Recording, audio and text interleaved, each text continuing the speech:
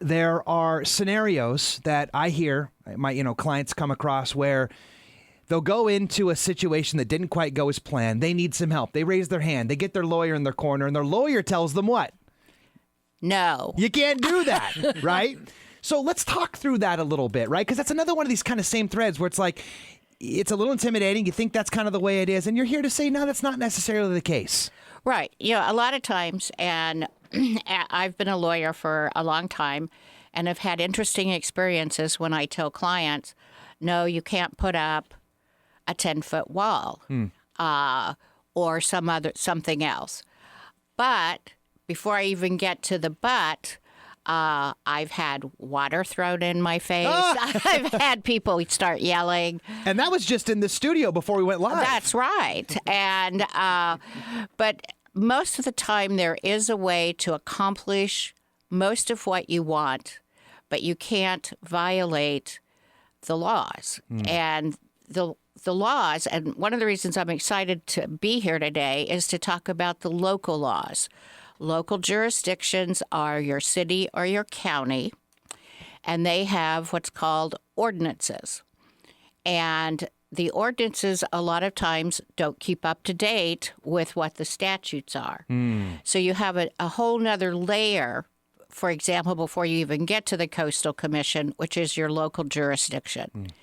And you need to pay attention and know what they will approve, because you have to get approval from them, either the approval in concept, or tentative approval before you go to the Coastal Commission. And this is the level where you have the most control. Your vote, and this is a heavy election year. Yes. And where your vote will matter and make the most difference in your life is at your local elections and your state elections. So I encourage you to use that and really think about more than the standard comments that we all hear from both sides.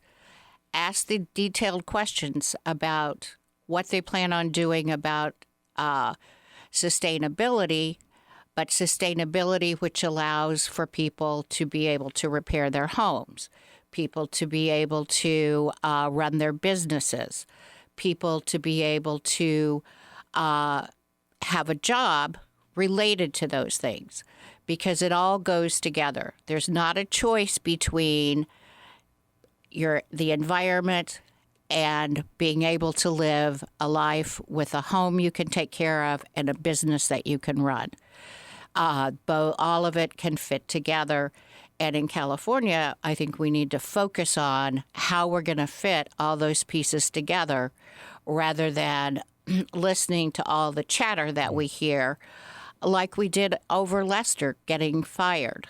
The extremes got heard. In case you missed that, by the way, that was the old leader ousted of the Coastal Commission. Right. Please continue. And so all we heard about was big developers and fish.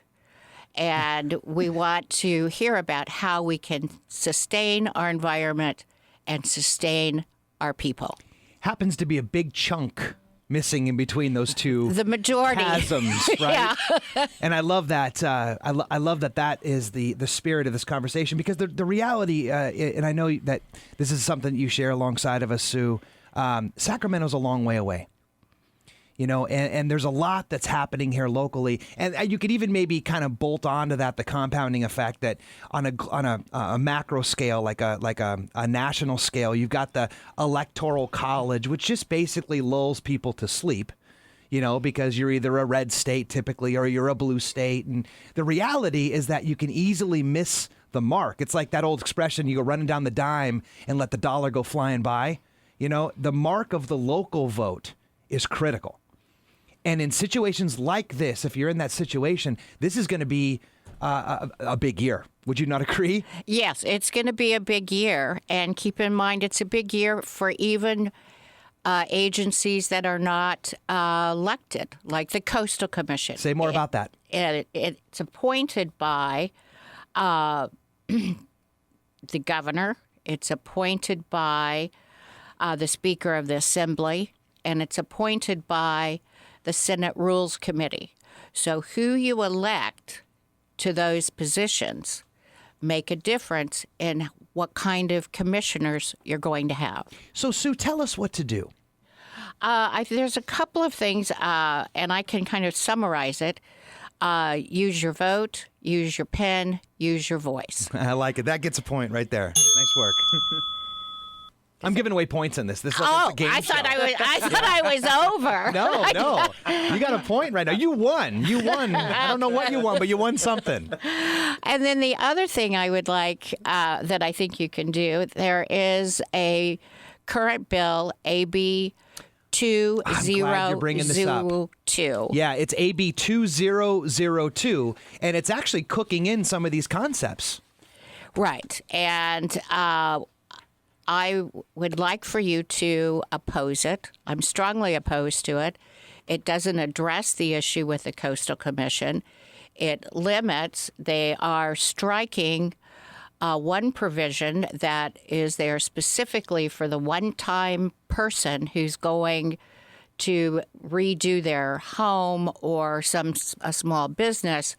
You can't talk to the commissioners anymore because without being labeled a lobbyist, which there's a whole lot that goes into that. So they're cutting out your voice, but staff and other people have voices that we never hear. And when you go to the Coastal Commission hearings, it's kind of hard to get everything you want to say in 3 to 5 minutes. Imagine that.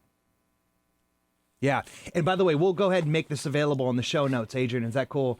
So if you go over to thegreenhousegroupinc.com/Truth Radio, you'll see Sue's episode here today, and then we'll put that bill in there.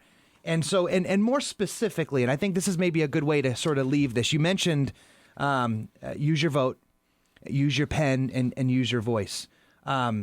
Is there a specific way that you would maybe coach someone to start that, like a website or somewhere where they can learn a little bit more about these issues and decide, get informed and figure out what's right for them? Yes, we have covered almost everything I've said today on our blog, which is www.loftinfirm.com/blog. And you can go by topic because it is important for so many things. People hear Coastal Commission, for example, and they think, oh, there's nothing I can do about it. That's the way they want it. Yes, and people come in and complain, did you hear what the city council just did? Or the board of supervisors? And I ask them, did you go and speak? Did you send a letter? And so on. And if you don't go and either speak or send a letter, then you have no rights. And people, they won't tell you that. But if you do that and you don't like what's going on, then you have the right to either file a claim or file a lawsuit, depending on what's important. So we encourage everyone to pay attention and participate. Because if you come in afterwards, there's nothing we can do. That, my friends, is why Sue Loftin had to come back for another Getting Real episode of Truth Radio. Track down Sue, please. She's over at the Loftin Firm, and that is online at Loftin Firm, LOFTINFIRM.com. Check out some of those articles she mentioned on her blog. And also, make sure, a great place to start is grab that article, that free report that I know she wrote, The 5 Things to Consider If Your Property is in a California Coastal Zone. Fantastic work, Sue. Appreciate you so much for coming in. Gang, let's do this. This is ESPN after all, right, Greg? So we're getting people caught up with a little CBS Sports Minute. I think we're going to give a birthday shout out to Gordie Howe.